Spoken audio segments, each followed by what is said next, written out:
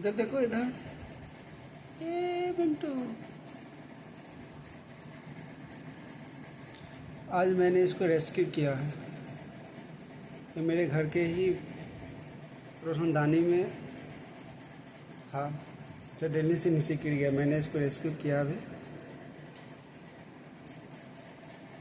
बहुत डरा था सुबह में, लेकिन अब ये आराम से रह रहे हैं। देखिए,